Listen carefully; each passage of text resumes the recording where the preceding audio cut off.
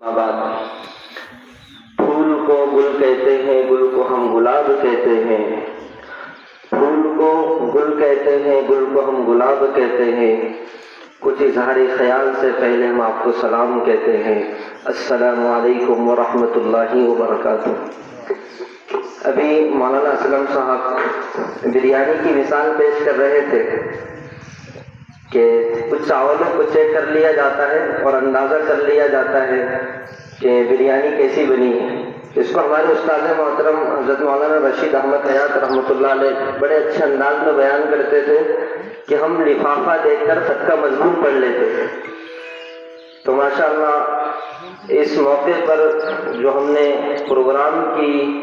شکلیں اور جھلکیں دیکھی ہیں تو ایسا محسوس ہوا کہ مدرسے کا ایک بچہ جنگ آزادی کے اس اور آزادی ہند کے اس پر رونق موقع پر 15 اگست کے اس با رونق اجلاس پر بہت زیادہ حشاش بشاش معلوم ہو رہا ہے، اور اس کے پیچھے منتظمین مدرسہ اراکین مدرسہ کی جو محنتیں کار فرما ہیں اس کا اظہار خود بخود ظاہر ہو رہا ہے۔ اب اس موقع پر میں آپ کو ایک بات پیش کرنے کی کوشش کروں گا، وہ یہ ہے کہ آپ کو معلوم ہونا چاہیے کہ ہمارے ملک کی آزادی کا اصل جو آغاز ہوا وہ 1750 کے اندر ہوا ہے۔ یہ اس لیے بات کہنا پڑ رہی ہے کہ بعض مرتبہ ایسا ہوتا ہے کہ ہمارے اپنے پڑھے لکھے لوگ بھی اس آزادی کی مہم کو یہ سمجھتے ہیں کہ اس کا آغاز 1857 میں ہوا ہے، لیکن بات اصل یہ ہے کہ اس کا اصل آغاز 1750 میں نواب سراج الدولہ سے ہوا۔ تو یہ بات اس لیے کہنی پڑ رہی ہے کہ ہم طالب علموں کو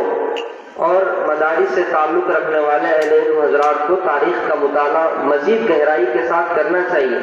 اس سے حوصلہ ملتا ہے۔ اور قرآن کریم کی وہ آیت وَلَمَّا رَأَى الْمُؤْمِنُونَ الْأَحْزَابَ قَالُوا هَذَا مَا وَعَدَنَا اللَّهُ وَرَسُولُهُ وَصَدَقَ اللَّهُ وَرَسُولُهُ وَمَا زَادَهُمْ إِلَّا إِيمَانًا وَتَسْلِيمًا۔ اس آیت کریمہ کی روشنی میں ہم اہل قرآن کو، مدارس میں پڑھنے پڑھانے والوں کو مزید ایک عوام کی بہت بڑی لمبی رہنمائی کرنی ہے۔ ملک کے موجودہ حالات میں ہم اہل مدارس پڑھنے پڑھانے والوں کی ذمہ داریاں کچھ بڑھ جاتی ہیں، وہ اس لیے کہ ہم شیخ الاسلام کے، ہم شیخ الہند رحمۃ اللہ علیہ کے وارث ہیں۔ ہمارے شیخ الہند رحمۃ اللہ علیہ کی اگر ہم کارگزاری دیکھیں گے، مولانا ابوالکلام آزاد کی کارگزاری دیکھیں گے تو تقسیم کے وقت ایک قافلہ وہ تھا جو پڑوس ملک کے لیڈر کو ہار پہنا رہا تھا، اور وہ ٹرین کا پہلا ڈبہ تھا، اور ٹرین کا آخری ڈبہ وہ تھا جب مولانا ابوالکلام آزاد تھے، ان پر پتھر کی بارش برسائی جا رہی تھی۔ ہماری آزادی میں اتنی قربانیاں ہیں کہ اگر اس قربانی کا جائزہ لیا جائے تو ایک مورخ لکھتا ہے کہ جس وقت ہم کو مالٹا کی جیل میں اور کالے پانی میں قید و بند کیا گیا تو علماء کی حالت اور کیفیت یہ تھی کہ ہم کو ایک ایسے قفس میں، یعنی ایسے پنجرے میں بند کیا گیا جو سلاخوں سے بندھا ہوا تھا، یعنی اس کے اندر کینے لگے ہوئے تھے۔ اگر ہم اپنی پیٹھ کو ٹیکا دینے کی کوشش کرتے تھے تو وہ سلاخیں ہماری پیٹھ میں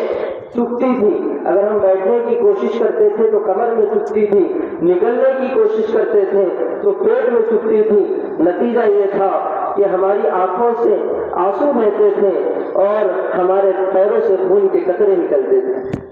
ہاتھوں میں ہتھکڑیاں تھی، پیروں میں بیڑیاں تھی۔ یہ علماء کرام کی قربانیاں ہیں۔ اس لیے میرے پیارے عزیز طلباء، میں آپ سے اس موقع سے یہ درخواست کروں گا کہ آپ کو مدرسے کے اوقات کے علاوہ جو خارج وقت ملتا ہے، صبح چھٹی کے بعد، رات میں سونے سے پہلے، تو ان خارج اوقات میں آپ خارجی کتابوں کا مطالعہ کیجیے۔ ہمارے اساتذہ ہم کو یہ کہتے تھے کہ اگر آپ مستقبل میں کچھ کرنا چاہتے ہیں، کچھ بننا چاہتے ہیں تو اپنے مدرسے کے فارغ اوقات کو استعمال کیجیے۔ آج